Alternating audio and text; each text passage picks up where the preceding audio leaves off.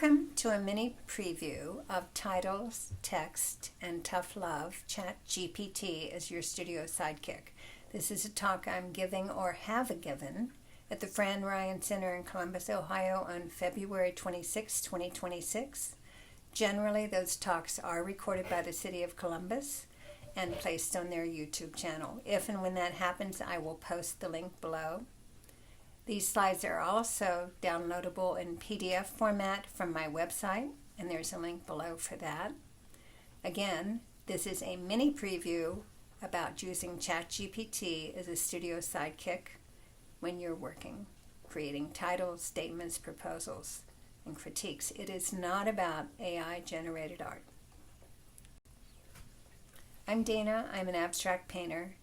And I'm going to show you my workflow, not the theory behind it, as I use ChatGPT. Our topics today include a little background, a prompt recipe, and 3 very short demos.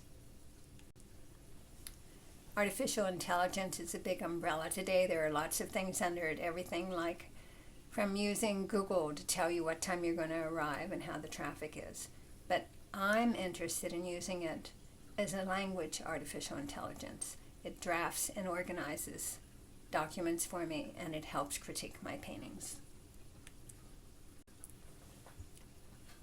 ChatGPT predicts based on patterns. So the next best word, the next best music note, the next best pixel in a painting.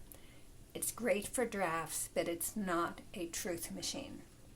Don't use facts without checking. Edit your final drafts, and safeguard your private information. Don't go posting something like your social security number in a chat window.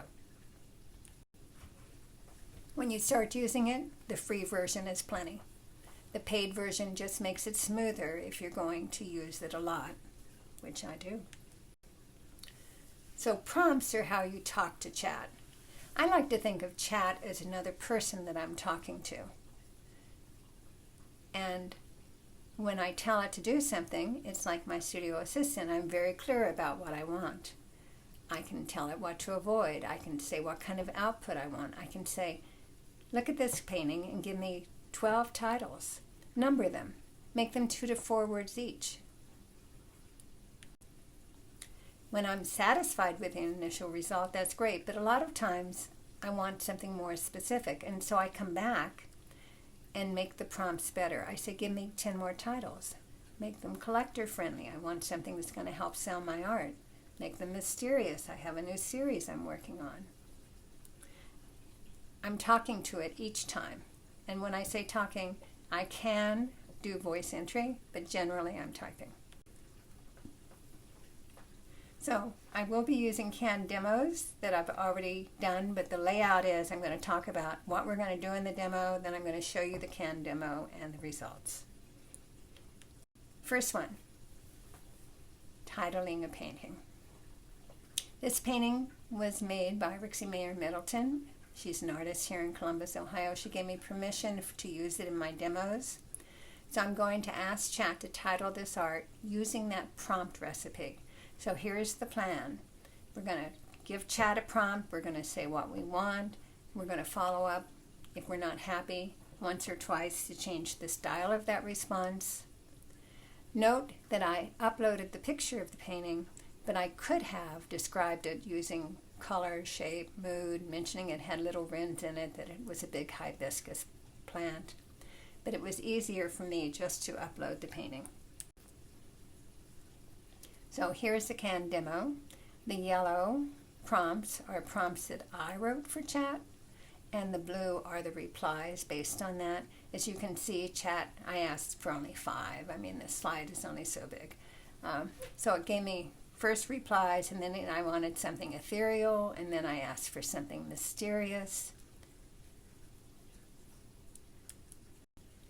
Having titled a painting, and I believe I chose Breath is Bloom as the title. I then wanted to title the series. To do that, I uploaded 3 more paintings. And the plan again was, I'm going to show these to Chat, I'm going to talk a little bit about them, and I'm going to ask Chat to name the series.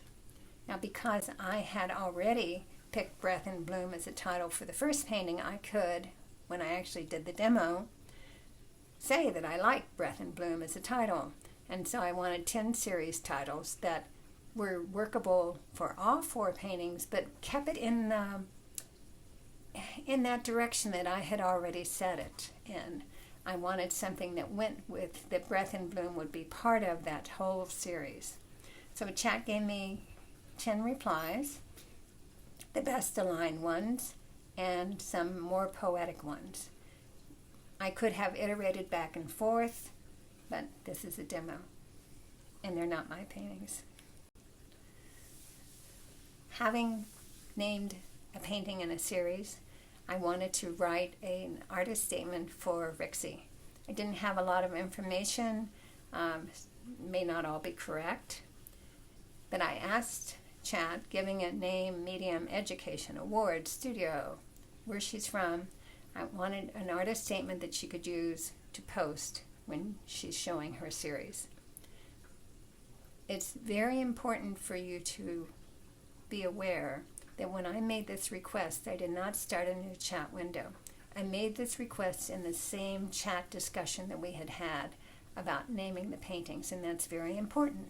Chat has context from those paintings, and we can see that when we look at what Chat wrote. I'm going to read a couple of lines from this. From her studio at 400 West Ridge, Mayor Middleton builds luminous scenes from cut paper, painted ground, and photographic fragments. The work balances exuberance with quiet, asking how tenderness survives in a noisy world. Look at this again.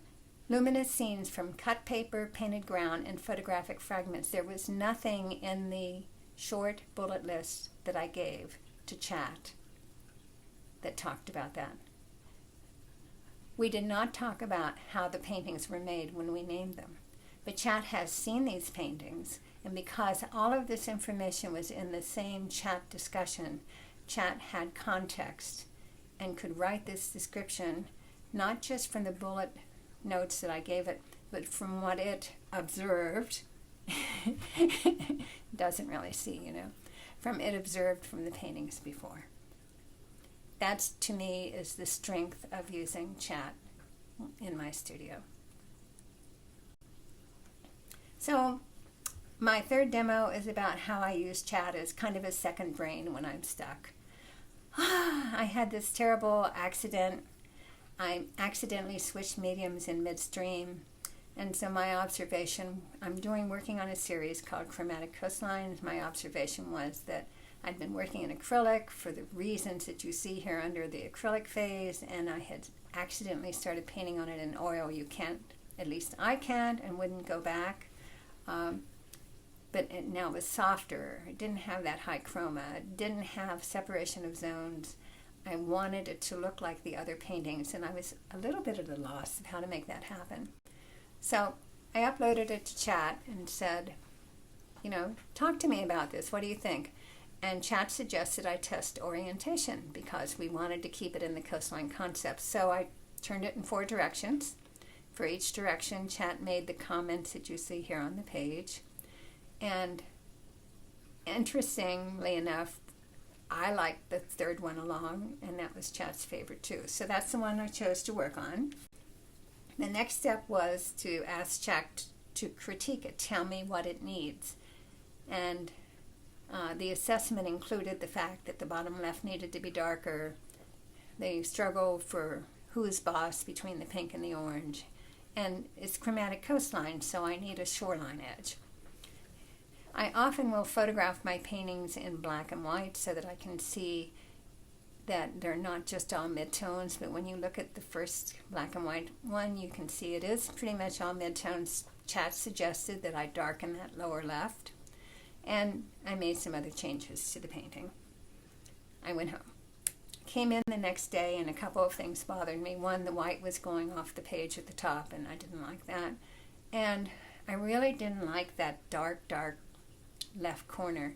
So against Chat's input, I added more light to that lower left, and it resulted in too much midtone, which you can see from the black and white photo again, but because we've had this discussion about tonality and I could see what the problem was, I simply added more darks to that.